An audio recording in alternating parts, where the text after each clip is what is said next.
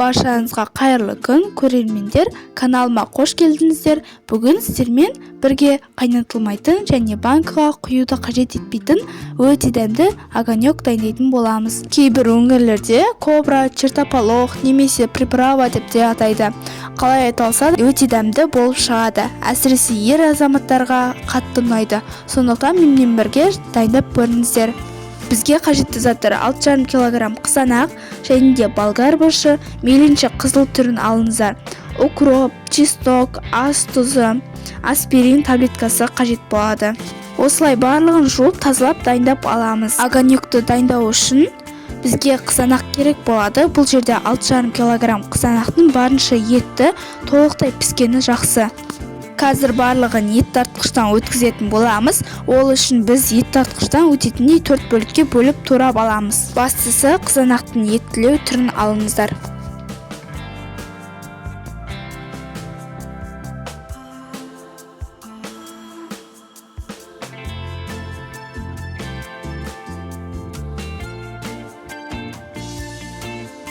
Көріп тұрғандарыңыздай менің қызанағым етті. Сол себепті қоюлау болып шықты. Келесі кезде болгар бұрышын өткіземіз.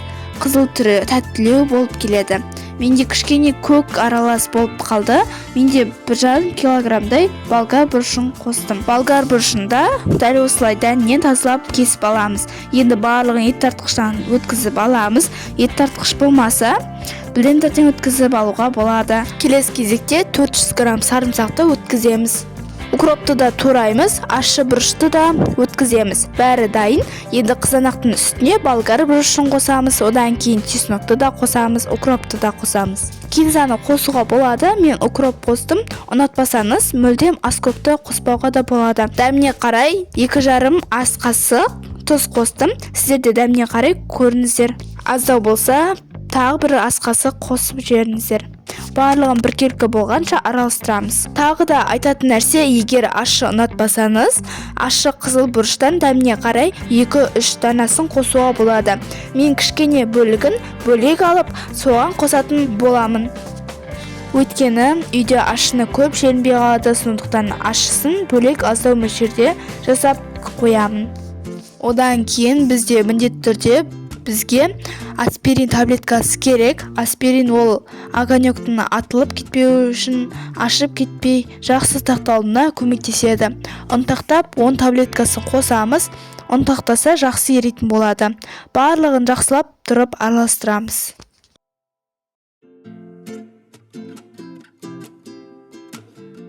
Осымен біздің огонегіміз дайын. Енді бөлек тысқа кішкене бөлігін құйып алып, оған ащы бұрыш салып, әбден араластырамыз. Бұл огонектің ащысы, бұл да дайын. Пластик баклажкаларға құймас бұрын бетін марлемен жауып, бір түнге қоямыз. Салқындап жүрге қойыңыздар, сонда біздің огонегіміз ішіне қосқан тұзымыз, аспирин барлығын жақсылап тұрып ериді. Және де бір көтеріліп кішкене көпіреді. Бір түн тұрды, жақсылап барлығын араластырып аламыз. Дәмін көрсеңіздер болады. Тұзы аздау болса қоссаңыздар болады. Енді дайын болған огонекті баклажкаға құйып шығамыз. Пластик баклажкаларды жылы сумен 3-4 рет жуып шайып аламыз. Үйдегі таза баклажкаларды қолдансаңыздар болады. Дайын болған огонекті құйып шығамыз.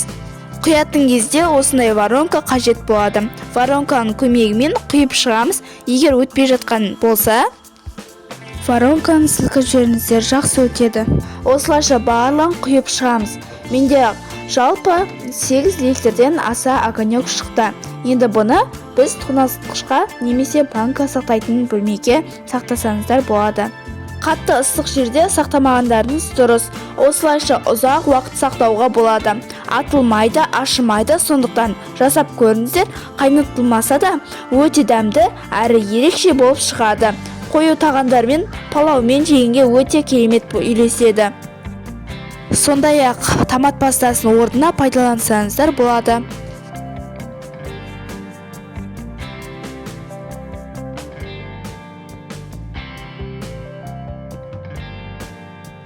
Сіздер қалай жасайсыздар? Өздеріңіздің тәжірибелеріңізбен бөлісіп кетіңіздер. Видео ұнаса лайк басып, комментарий қалдырып, арнама тіркелуді ұмытпаңыздар.